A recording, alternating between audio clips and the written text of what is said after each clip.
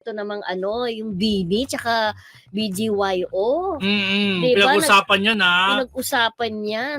Lalo-lalo na sa mga Gen Z. Oo. Siyempre, hindi na tayo Gen Z.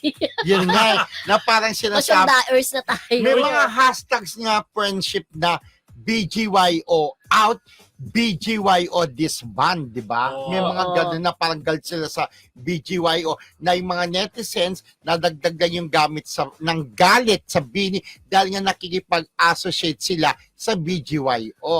At dumating pa ilang membro doon sa birthday ni Jello. Di ba? Ng BGYO. Correct. At Pero alam mo, ang BINI parang sikat na sikat talaga. Kung nga, nagtaka nga ako, parang sikat Parang- hit ngayon sila. Oo. lalo na yung kanta nila, yung Panplangko? Ano ba? Hindi naman Ano ba hype, yun? di ba? Hindi hype. Hindi. Actually, hindi ko pa yung naririnig eh. Ayan yan, pantropiko. Ano ba?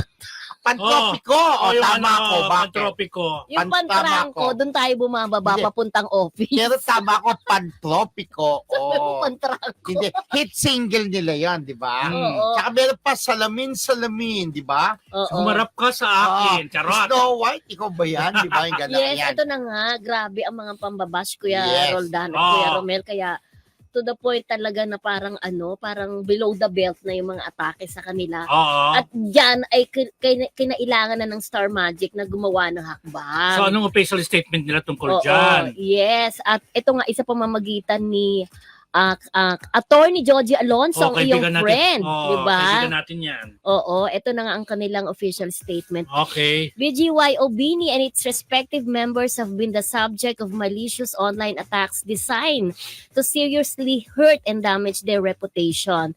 This continuous reckless posting and sharing of harmful, negative, and false accusations are violative of cyberbullying and anti-libel laws. The past months have been a painful experience for BGYO and BINI's members as they learn the value of personal accountability.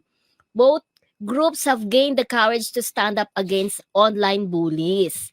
Yon, sabi niyang ganun kasi medyo mahaba. Ito na lang last. With the prevalence of social media and digital platforms where content shared become permanent for public's consumption, we ask the netizen to be responsible in posting and spreading hurtful content.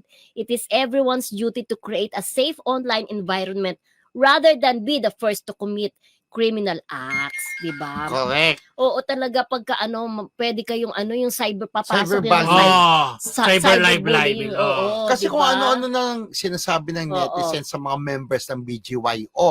Di ba? Pero halos magkapatid yan na parehong management, di ba? Mm. So, yung BGYO, ang tawag nga dun sa fan base nila is Aces ba? Aces, at tapos dun sa BINI is Blooms. Mhm. Blooms. So sila yung nag-aaway. So nagkaroon ng call na disband BGYO dahil dapat daw hindi daw ina-idolize ang mga ganung na hindi daw Walang sila moral. Oo, hindi daw sila role model, Oo, mga na parang ganon. Oo. Na parang sinasabi may mga ginagawa sila Oo. na parang pinoprotectionan pa daw yung mga maling gawain nila Correct. ng kanilang management Yes. na dapat hindi daw Ay, ganon. fairness, nagbus ako.